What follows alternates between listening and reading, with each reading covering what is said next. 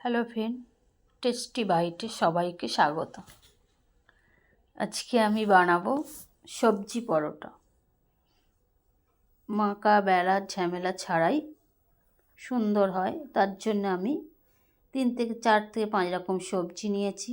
গাজর, আলু, পেঁয়াজ, ধনেপাতা, কাঁচা লঙ্কা আর বাঁধাকপি। বাঁধাকপিটা আমি ভাপিয়ে নিয়েছি, বাকি সবজিগুলো আমি ভাপাইনি। চিলি ফ্লেক্স নিয়েছি, স্বাদ মতো নুন।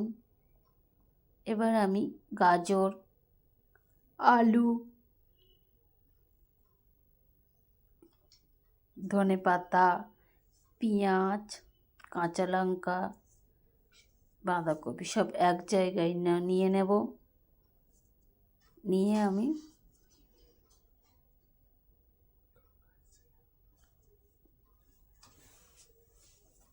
আমি স্বাদ মতো লবণ দিয়ে এটা মেখে নেব।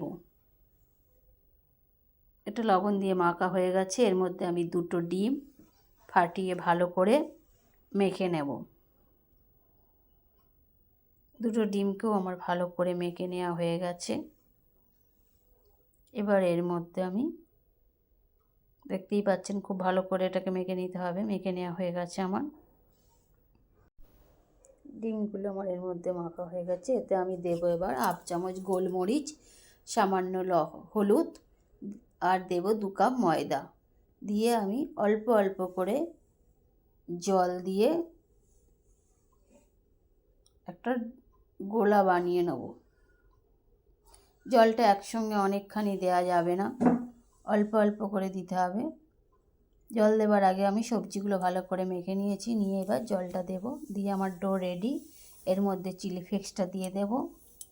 দিয়ে আমি এটা 5 থেকে 7 মিনিটের জন্যে চাপা দিয়ে রাখবো।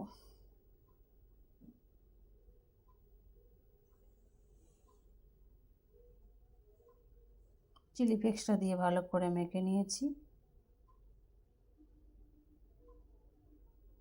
দিয়ে আমি 7 মিনিট চাপা দিয়ে রেখে স্বাদ মতো চিনি দেব। দিয়ে এবার আমি একটা একটা করে এগুলো গোল গোল করে ভেজে নেব। উল্টে এপিট ওপিট উল্টে ভালো করে খড়ো করে ভেজে নিতে হবে।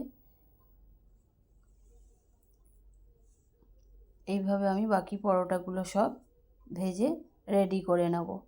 পরোটাটা খেতে খুবই সুন্দর।